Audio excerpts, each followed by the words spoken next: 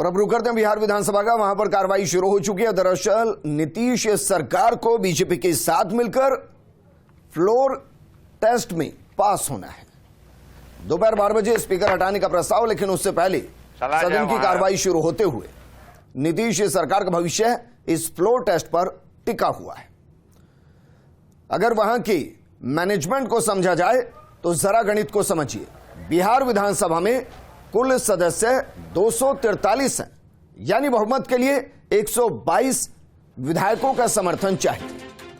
उसमें से लालू यादव की पार्टी आरजेडी, जिसके पास सबसे ज्यादा 79 विधायक हैं, जाहिर है वो नीतीश सरकार का समर्थन नहीं करेंगे। इसके अलावा कांग्रेस के 19 विधायक हैं, वो भी नीतीश सरकार के साथ नहीं जाएंगे। वाम दलों के 16 सदस्य हैं, वो भी नहीं जाएंगे। तो जाएगा कौन, इसको समझिए। जाएंगे बीजेपी के 78 विधायक, जाएंगे जेडीयू के 45 विधायक, और जब 78 में आप 45 को जोड़ते हैं तो बहुमत का आंकड़ा नीतीश को मिलता है, क्योंकि बहुमत के लिए चाहिए 122 विधायक और 78 में 45 जोड़ेंगे तो आंकड़ा होता है 123 विधायक। वहीं इससे इतर आप हम पार्टी को जोड़िए। हम पार्टी के विधायक हैं, हालांकि जीतन राम मांझी वो कल तक कांटेक्ट में नहीं थे, उसके विधायक कांटेक्ट में नहीं थे, फोन मिल नहीं रहा था, लेकिन फिर भी माना जा सकता है कि वो इस घड़ी में नीतीश सरकार के साथ ही खड़े नजर आएंगे।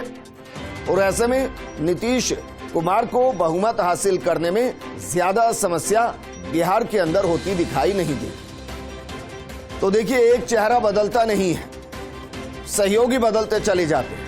कभी बीजेपी के साथ गलबैया तो कभी लालू की पार्टी के साथ गलबैया, और फिर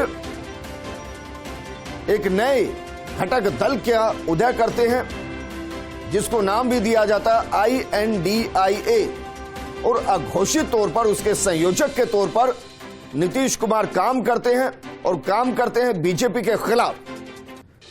लोकसभा चुनाव में एक ऐसा गठबंधन बनाने की तैयारी जो बीजेपी के खिलाफ मोर्चा खोले और क्षेत्रीय आधार पर राष्ट्रीय चुनाव को कर दिया जाए।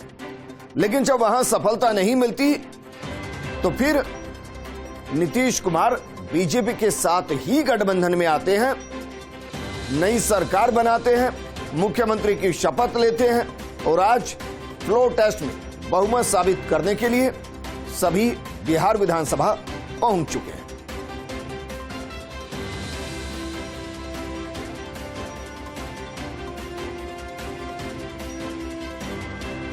तो कांग्रेस के 19 विधायक हैं जो नीतीश सरकार के साथ नहीं जाएंगे।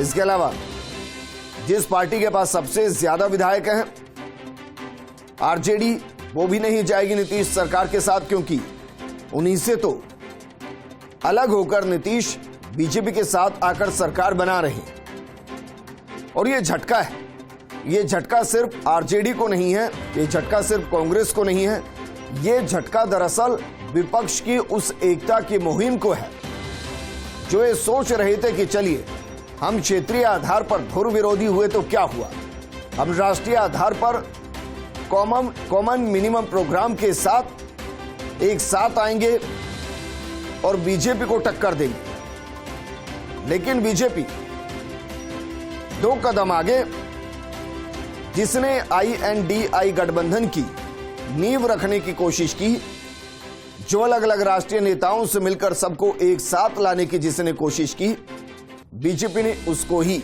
अपने साथ ले लिया, नीतीश कुमार। और नीतीश कुमार को फिर से मुख्यमंत्री बनवा दिया। और यह बीजेपी का लोकसभा चुनाव से पहले विपक्ष पर सबसे करारा प्रहार।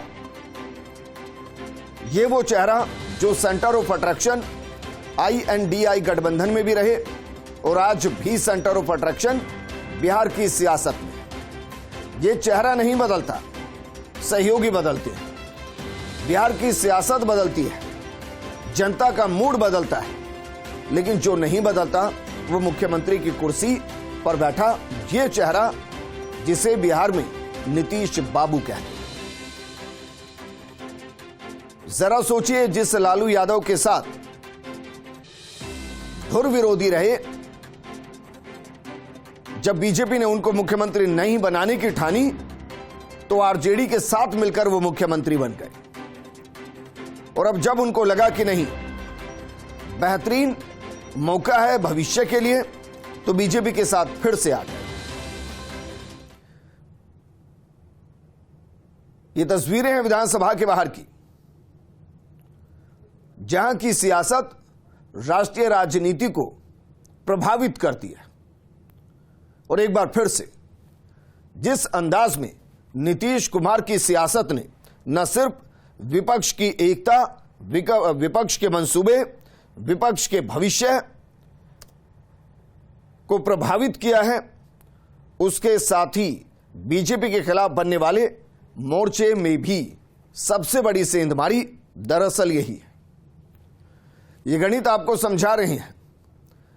आरजेडी, कांग्रेस, सीपीआई और अन्य को मिला भी लें तो यह आंकड़ा होता है 114 का, जबकि अगर आंकड़ा मिलाते हैं जेडीयू बीजेपी के गठबंधन का तो 78 बीजेपी, जेडीयू 45, हम पार्टी के 4, 1 निर्दलीय। इसको मिलाते तो आंकड़ा है 128 का, और बहुमत के लिए चाहिए 122, क्योंकि विधानसभा है 243 की।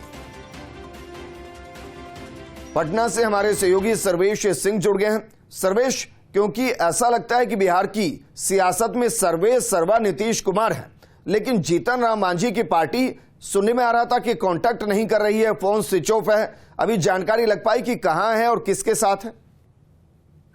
जी बिल्कुल, देखिए जीतन राम मांझी पहुंच चुके हैं। केंद्रीय गृह राज्य मंत्री नित्यानंद राय के साथ जीतन राम मांझी अपने बेटे संतोष मांझी के साथ पहुंचे विधानसभा के अंदर, और इस वक्त वो विधानसभा में मौजूद है। जेडीयू और बीजेपी के समर्थन में मुस्कुराते हुए साइन भी दिखाया, हाथ हिलाकर अभिवादन भी किया तमाम लोगों का। लेकिन जो सबसे चौंकाने वाली खबर, जो अभी तक की सबसे बड़ी खबर बता रहा हूं आपके माध्यम से दर्शकों को, भाजपा कोटे से 2 विधायक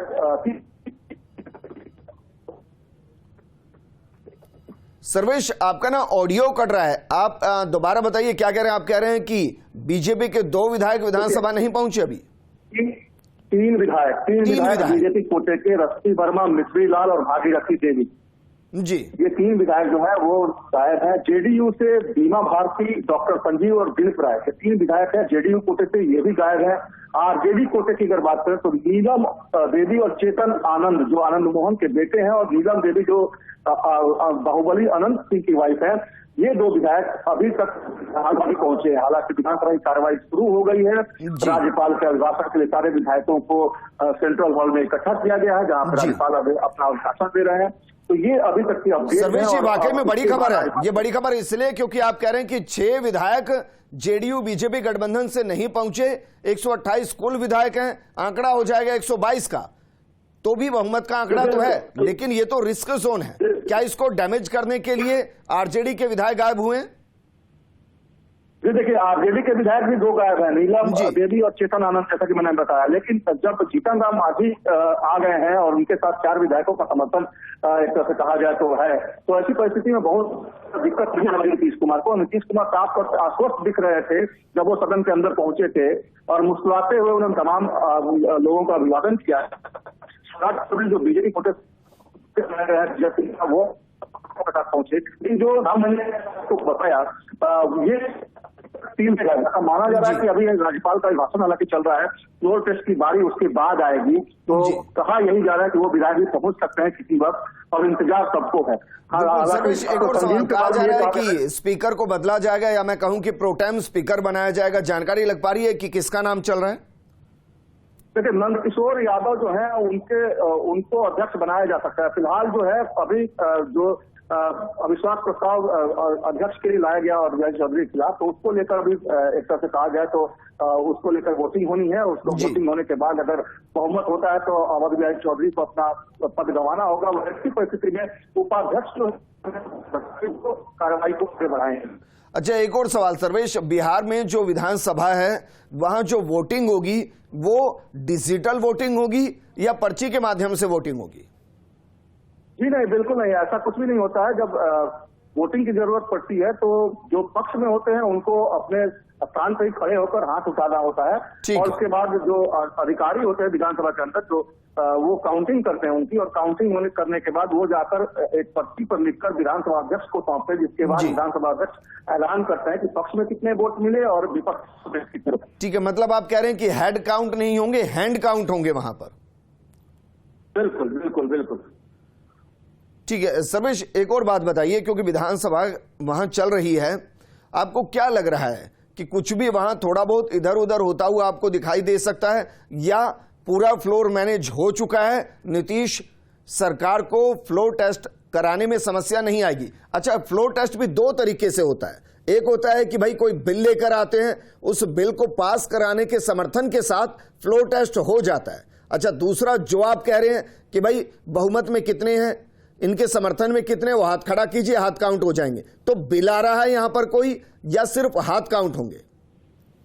नहीं, पहले तो अविश्वास प्रस्ताव होगा विधानसभा अध्यक्ष के ठीक है। खिलाफ, उसी में ये वोटिंग होगी, तो उसी पे स्पष्ट हो जाएगा कि सरकार के पास बहुमत है या नहीं। जी ठीक है सर्वेश, शुक्रिया तमाम जानकारी हमारे साथ साझा करने के लिए। नीतीश कुमार की सरकार के खिलाफ अविश्वास प्रस्ताव को फ्लोर पर रखा जाएगा, और जो उसके समर्थन में होंगे वो हाथ खड़े करेंगे, या जो उसके समर्थन में नहीं होंगे वो हाथ खड़े करेंगे, और उनकी संख्या को काउंट करके ये बता दिया जाएगा कि नीतीश सरकार आगे चल रही है या फिर वो अल्पमत में।